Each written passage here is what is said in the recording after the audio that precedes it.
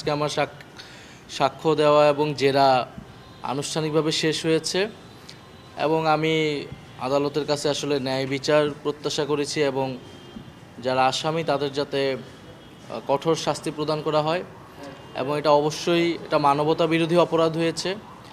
শুধু বাংলাদেশের ইতিহাসে না, পৃথিবীর ইতিহাসে এই অপরাধ, এই মানবতা বিরোধী অপরাধ গণহত্যার ইতিহাসে লেখা হয়ে থাকবে এবং এই মামলায় এখন পর্যন্ত এটা ব্যক্তি হিসেবে শেখ হাসিনাকে আসামি করে এই মামলা চলমান আছে বা বিচারটা হয়তো আসবে, কিন্তু আমি মনে করি যে এটা শুধু ব্যক্তির সংগঠিত অপরাধ নয়, বরং এটা রাজনৈতিক অপরাধ। ফলে দল হিসেবে আওয়ামী লীগকে বিচারের আওতায় আনা উচিত।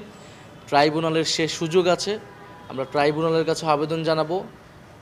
ট্রাইব্যুনালের কাছে এখন যথেষ্ট তথ্য প্রমাণ এসেছে এবং শেখ হাসিনা যেহেতু দলীয় প্রধান এবং রাজনৈতিকভাবে ক্ষমতা নিরঙ্কুশ করতে, ক্ষমতায় টিকে থাকতে জনগণের বিরুদ্ধে গিয়ে তাকে জনগণকে হত্যার সিদ্ধান্ত তিনি নিয়েছিলেন, জনগণ প্রতিরোধ করে তাকে উৎখাত করেছিল। ফলে এটা আওয়ামী লীগের সংগঠিত অপরাধ রাজনৈতিকভাবে। আওয়ামী লীগকে দল হিসেবে বিচারের আওতায় দ্রুত সময়ের মধ্যে আনা উচিত। না, আমাকে যে তুলে নিয়ে যাওয়া হয়েছিল, নির্যাতন করেছিল আমার মতো হাজারো ছাত্রদেরকে, জনতাকে, ফলে ব্যক্তি হিসেবে তো আমাকে আসলে তুলে নিয়ে যায়নি, নির্যাতন করেনি। এই আন্দোলনকে নেতৃত্ব দেওয়ার কারণে, আন্দোলনকারী ছাত্র জনতাকে প্রতিনিধিত্ব করার কারণেই আমাকে নির্যাতন করা হয়েছিল। ফলে আমি বলেছি, আমি বা আমাদেরকে যে নির্যাতন করা হয়েছিল এটা কোনো ব্যক্তিগতভাবে নির্যাতন করা হয় নাই, বরং এই অপরাধটা সংঘটিত হয়েছিল জাতির বিরুদ্ধে, জনগণের বিরুদ্ধে। ফলে জনগণের পক্ষ থেকেই আমরা এই মামলাকে সমর্থন দিচ্ছি, এই ট্রাইব্যুনালকে সমর্থন দিয়েছি এবং সাক্ষ্য দিতে এসেছি। ফলে ব্যক্তিগতভাবে মামলা করা না করার বিষয়, সেই বিষয়ে আমি বলেছি, আমার গুমের বিষয়ে আমি অভিযোগ দাখিল করেছি পুরো ঘটনার বিষয়ে, এবং ট্রাইব্যুনাল গুমের যেই ঘটনাগুলো সেগুলোকেও দ্রুত বিচারের আওতায় আনবে।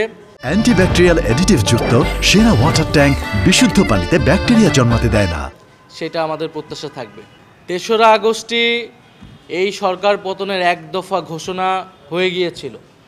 ফলে তখন থেকে আমাদের পক্ষে, আমার জনগণের পক্ষে, জনগণের কাছে শেখ হাসিনার সরকার আর বৈধ ছিল না। আমরা নতুন সরকার গঠনের প্রস্তুতি নিচ্ছিলাম, কারণ এই সরকারকে আমরা রাজনৈতিকভাবে আমরা মেনে নিচ্ছিলাম না এবং আমরা উৎখাতের ঘোষণা দিয়েছিলাম। ফলে যেই সরকার সেই সময়ে জনগণের বিরুদ্ধে অবস্থান নিয়েছে, নির্বিচারে গুলি চালিয়েছে এবং 16 বছর ধরে ভোটাধিকার হরণ করে, নাগরিক অধিকার হরণ করে ক্ষমতায় ছিল, শান্তিপূর্ণ জুলাই আগস্টের আন্দোলনে গুলি চালিয়েছে, হত্যাযজ্ঞ চালিয়েছে, তার বিরুদ্ধে এক দফা ঘোষণা করাটা, তাকে উৎখাত করার প্রস্তুতি নেওয়াটা বৈধ। এখানে কোনো ষড়যন্ত্রের কিছু নাই, এটা জনগণের পক্ষ থেকে বৈধ ছিল। জনগণের অভ্যুত্থান হিসেবেই জুলাই আগস্ট অভ্যুত্থান সংগঠিত হয়েছিল।